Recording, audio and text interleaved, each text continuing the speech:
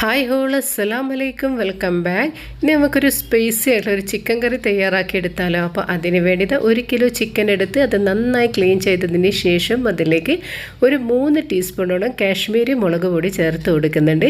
പിന്നെ ഇതൊരു 1/2 ടീസ്പൂൺ മഞ്ഞൾപ്പൊടി ചേർത്ത് കൊടുത്തിട്ടുണ്ട്. കാശ്മീരി മുളകില്ലെങ്കിൽ സാധാരണ മുളക് പൊടി എടുത്താലും മതി, കുഴപ്പമൊന്നുമില്ല. ഇനി ഇതൊരു ചിക്കൻ ക്യൂബ് എടുത്തിട്ടുണ്ട്. അതിനൊന്ന് പൊടിച്ചെടുത്തതിന് ശേഷം മാത്രം ചേർത്ത് കൊടുക്കാം. മുഴുവനും ഒരുമിച്ച് തന്നെ ചേർത്ത് കൊടുത്തു കഴിഞ്ഞാൽ മിക്സ് ചെയ്തിട്ട് എടുക്കുമ്പോൾ അതൊരു കട്ട പോലെ ഉണ്ടാവും. അപ്പോൾ ഇതുപോലെ ഒന്ന് ചെയ്തെടുക്കുക. ഇതിനൊന്ന് പൊടിച്ചെടുത്തതിന് ശേഷം ഇതിലേക്ക് ചേർത്ത് കൊടുക്കാം. ഇനി ഞാൻ ഇതിലേക്ക് ചേർത്ത് കൊടുക്കുന്നത് ബട്ടറാണ്. ബട്ടർ ഒന്ന് മെൽറ്റ് ചെയ്തതിന് ശേഷം ഇതിലേക്കൊന്ന് ചേർത്ത് കൊടുക്കുകയാണ് ചെയ്യുന്നത്. 1 ടേബിൾ സ്പൂണോളം ബട്ടറാണ് ചേർത്ത് കൊടുത്തിട്ടുള്ളത്. പിന്നെ ഇത് 1 ടീസ്പൂൺ കസൂരി മേത്തിയും 1/2 ടീസ്പൂണോളം ഒറിഗാനോ ചേർത്തിട്ടുണ്ട്. പിന്നെ ഇത് 1 ടേബിൾ സ്പൂൺ. അപ്പോൾ ഇതിലേക്ക് 1 ടേബിൾ സ്പൂണോളം ജിഞ്ചർ ഗാർലിക് പേസ്റ്റ് ചേർത്തിട്ടുണ്ട്. പിന്നെ ഇതിനാവശ്യമായിട്ടുള്ള ഉപ്പ് കൂടി ചേർത്തിട്ടുണ്ട്. പിന്നെ ഒരു 2 തണ്ട് കറിവേപ്പില കട്ട് ചെയ്തത് കൂടി ചേർത്ത് കൊടുത്തിട്ടുണ്ട്. അതുപോലെ തന്നെ കുറച്ച് പുതിനയിലയും ചേർത്ത് കൊടുത്തിട്ടുണ്ട്. അതുപോലെ തന്നെ മല്ലിയിലയും. ഇതൊക്കെ കട്ട് ചെയ്തതിന് ശേഷം മാത്രമാണ് ഇതിലേക്കൊന്ന് ചേർത്ത് കൊടുക്കാൻ പാടുള്ളൂ.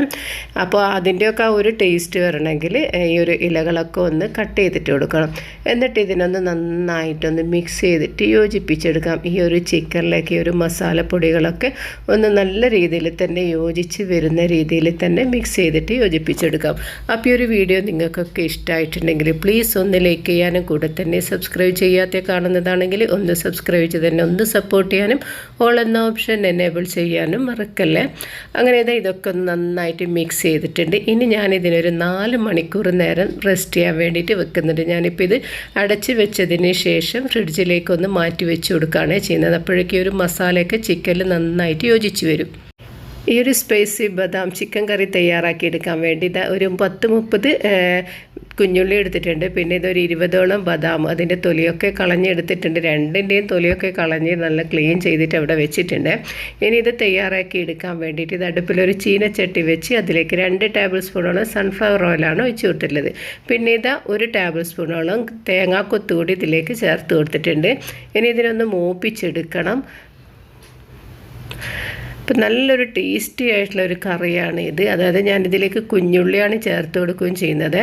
അങ്ങനെ ഈ ഒരു തേങ്ങാക്കൊത്തൊന്ന് മൂത്ത് വന്നതിന് ശേഷം ഇതിലേക്ക് അരിഞ്ഞു വെച്ച കുഞ്ഞുള്ളിയില്ല അത് ചേർത്ത് കൊടുക്കാം.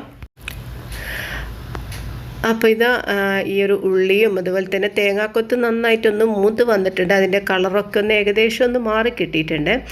അപ്പോൾ ഈ ഒരു വീഡിയോ എടുത്തുകൊണ്ടിരിക്കുമ്പോൾ എൻ്റെ മോള് വന്നിട്ടൊന്ന് ജസ്റ്റ് ഒന്ന് തട്ടിയെടുത്ത് അപ്പോഴേക്കും അതൊന്ന് ഇളകി മറിഞ്ഞില്ലേ, കുഴപ്പമില്ല, എന്നാലും സാരമില്ല എന്ന് വിചാരിച്ചു.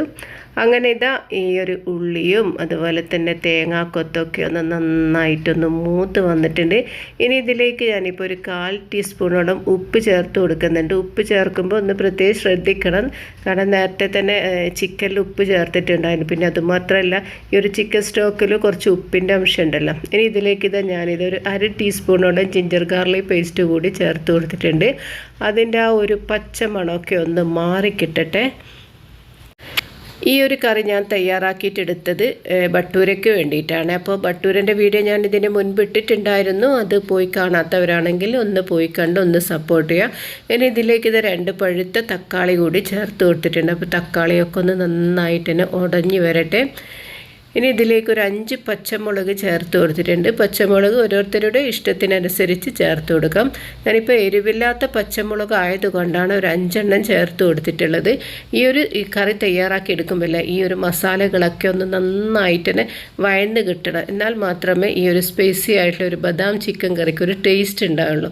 അങ്ങനെ തക്കാളിയൊക്കെ ഒന്ന് നന്നായിട്ട് തന്നെ ഒന്ന് ഉടഞ്ഞ് വന്നിട്ടുണ്ട്. അപ്പോഴേക്കും നേരത്തെ തന്നെ മാരിനേറ്റ് ചെയ്ത് വെച്ച് ചിക്കൻ ഞാൻ എടുത്ത് പുറത്ത് വെച്ചിട്ടുണ്ട്. ഇനി ആ ഒരു ചിക്കന് ഇതിലേക്ക് ഇട്ട് കൊടുക്കുകയാണ് ചെയ്യുന്നത്. മുഴുവനായിട്ട് ഞാൻ ഇതിലേക്കൊന്ന് ഇട്ട് കൊടുത്തിട്ടുണ്ട്. ഈ ഒരു കറി തയ്യാറാക്കിയിട്ട് എടുക്കുമ്പോൾ ഒരല്പം വലിയ പാത്രത്തിൽ തന്നെ ചെയ്തെടുക്കുക. ഞാൻ ഇപ്പോൾ ഒരു അല്പം വലിയ പാത്രത്തിൽ തന്നെയാണ് ചെയ്തെടുത്തിട്ടുള്ളത്. എന്നിട്ട് ആ ഒരു ചിക്കൻ തയ്യാറാക്കിയെടുത്ത ആ ഒരു പാത്രമില്ല, അതിലേക്ക് ഞാനൊരു 1/2 കപ്പോളം വെള്ളം ഒഴിച്ച് കൊടുത്തിട്ടുണ്ട്. എന്നിട്ട് ആ വെള്ളം കൂടി ഇതിലേക്കൊന്ന് ഒഴിച്ച് കൊടുക്കാം. ഇതിലും കൂടുതലായിട്ട് ഞങ്ങൾക്ക് വെള്ളം വേണ്ട, കാരണം ചിക്കനിൽ തന്നെ ആ ഒരു വെള്ളം വരും ചെയ്യും. പിന്നെ വെച്ചാൽ ആ ഒരു പാത്രത്തിൽ ഇതിന് ഒരു മസാലൻ്റെ കൂട്ടൊക്കെ ഉണ്ടല്ലോ, അപ്പോൾ അതൊക്കെ ഇതിലേക്കൊന്ന് ആയിക്കോട്ടെ എന്ന് വെച്ചിട്ടാണ് ഞാനിപ്പോൾ അതിലേക്ക് ഒരു 1/2 കപ്പ് വെള്ളം ഒഴിച്ചിട്ട് ഈ ഒരു ചിക്കനിലേക്കൊന്ന് ഒഴിച്ച് കൊടുത്തിട്ടുള്ളത്. എന്നിട്ട് ഇതിനൊന്ന് നന്നായിട്ട് മിക്സ് ചെയ്തിട്ട് യോജിപ്പിച്ചെടുക്കുക. ഈ ഒരു സമയത്ത് ചെക്ക് ചെയ്ത് നോക്കണം ഉപ്പും എരിവൊക്കെ പാകത്തിനുണ്ടാകുന്നത്. അപ്പോൾ അല്ലാ മാഷാ അല്ലാ എരിവും ഉപ്പൊക്കെ പാകത്തിനുണ്ട്. ഇനി ഇതിനൊന്ന് അടച്ച് വെച്ച് വേവിച്ചെടുക്കുകയാണ് ചെയ്യേണ്ടത്. ഞാനിപ്പോൾ ഇതിനൊരു 20 മിനിറ്റോളമാണ് വേവിച്ചെടുക്കുന്നത്.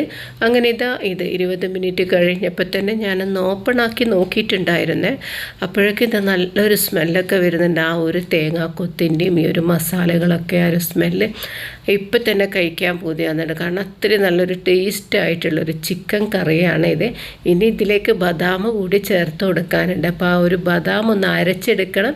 അപ്പോൾ അത് ഞാൻ നേരത്തെ തന്നെ അരച്ചെടുത്തിട്ടുണ്ടായിരുന്നു. ഇനി അരച്ചെടുത്ത ബദാം കൂടി ഇതിലേക്കൊന്ന് ഒഴിച്ചു കൊടുക്കുകയാണ് ചെയ്യേണ്ടത്. ഞാനിപ്പം ചിക്കൻ കുറച്ചുകൂടി വേവാനുണ്ടായിരുന്നു. അങ്ങനെ വീണ്ടും ഞാൻ അടച്ചു വെച്ച് ഞാൻ ഇടയ്ക്കിടയ്ക്ക് ഒന്ന് ചെക്ക് ചെയ്ത് നോക്കുന്നുണ്ട്. കാരണം ഈ ഒരു കറി തയ്യാറാക്കി എടുക്കുമ്പോൾ പെട്ടെന്ന് ചിലപ്പോൾ ഉണ്ട് നമുക്കൊന്ന് അടുക്കി പിടിച്ച് വെക്കും. അപ്പോൾ അതില്ലാണ്ടിരിക്കാൻ വേണ്ടിയിട്ടാണ് ഇടയ്ക്കിടയ്ക്ക് ഒന്ന് ചെക്ക് ചെയ്തിട്ടുള്ളത്. അങ്ങനെ അരച്ച് വെച്ച ബദാം ഇതിലേക്കൊന്ന് ഒഴിച്ചു കൊടുക്കുകയാണ് ചെയ്യുന്നത്. ആ മിക്സിയുടെ ജാറിൽ ഒരു 2 ടേബിൾ സ്പൂണോളം വെള്ളം ഒഴിച്ചിട്ട് അതും ഇതിലേക്ക് ഒഴിച്ചു കൊടുക്കണം. ഞാനത് ഒഴിച്ചു കൊടുത്തിട്ടുണ്ട്. ആ ഒരു വീഡിയോ ഒന്ന് സ്കിപ്പായി പോയതാണ്. എന്നിട്ട് ഇതിനൊന്ന് നന്നായിട്ട് മിക്സ് ചെയ്തിട്ട് യോജിപ്പിച്ചെടുക്കാം. ഈ ഒരു ബദാമിൻ്റെ മിക്സ് എല്ലാ ഭാഗത്തും എത്തുന്ന രീതിയിൽ തന്നെ ഒന്ന് നന്നായിട്ട് മിക്സ് ചെയ്ത് കൊടുക്കാം. അങ്ങനെ ഈ ഒരു സ്പൈസി ആയിട്ടുള്ള ബദാം ചിക്കൻ കറി ഇവിടെ റെഡി ആയിട്ടുണ്ട്. ഞാനിതിനെ വീണ്ടും ഒന്ന് അടച്ച് വെച്ച് കൊടുത്തിട്ടുണ്ടായിരുന്നേ. ഒക്കെ നന്നായിട്ടൊന്ന് കുറുകി വന്നിട്ടുണ്ട്. നല്ലൊരു സ്മെല്ലൊക്കെ വരുന്നുണ്ട്. ആ ബദാമൊക്കെ ചേർത്ത് കൊടുത്തതിൻ്റെ ശേഷം പിന്നെ പറയേണ്ട ആവശ്യമില്ല. പാകത്തിനുള്ള എരിവും ഉപ്പും ഒക്കെ ഉണ്ട്. മാഷാ അല്ലാ. ഇതേ രീതിയിൽ നിങ്ങളും ചെയ്തെടുക്കുക. എന്നിട്ട് ഇതിൻ്റെ അഭിപ്രായങ്ങളൊക്കെ എന്നെ ഒന്ന് ഫീഡ്ബാക്ക് ചെയ്യുക. ഇനി ഇതിലേക്ക് മല്ലിയില ചേർത്ത് കൊടുക്കണം. ഞാൻ നേരത്തെ തന്നെ മല്ലിയില കട്ട് ചെയ്തിട്ട് എടുത്തിട്ടുണ്ടായിരുന്നേ. അതുകൂടി ഇതിലേക്ക് ചേർത്തതിന് ശേഷം ഇതിനെ ഒന്ന് നല്ല രീതിയിൽ തന്നെ മിക്സ് ചെയ്തിട്ട് യോജിപ്പിച്ചെടുക്കാം. അങ്ങനെ അടിപൊളിയായിട്ടുള്ളൊരു വെറൈറ്റി ആയിട്ടുള്ള ബദാം ചിക്കൻ സ്പൈസി കറി ഇവിടെ റെഡി ആയിട്ടുണ്ട്. അപ്പോൾ ഈ ഒരു വീഡിയോ നിങ്ങൾക്കൊക്കെ ഇഷ്ടമായിട്ടുണ്ടാകുമെന്ന് വിചാരിക്കുന്നു. ഇൻഷാ അല്ലാ ഇനി പുതിയൊരു വീഡിയോയുമായി വരുന്നത് വരെ അസ്സലാമു അലൈക്കും വറഹ്മത്തുള്ളാഹി തആല വബറകാതുഹു.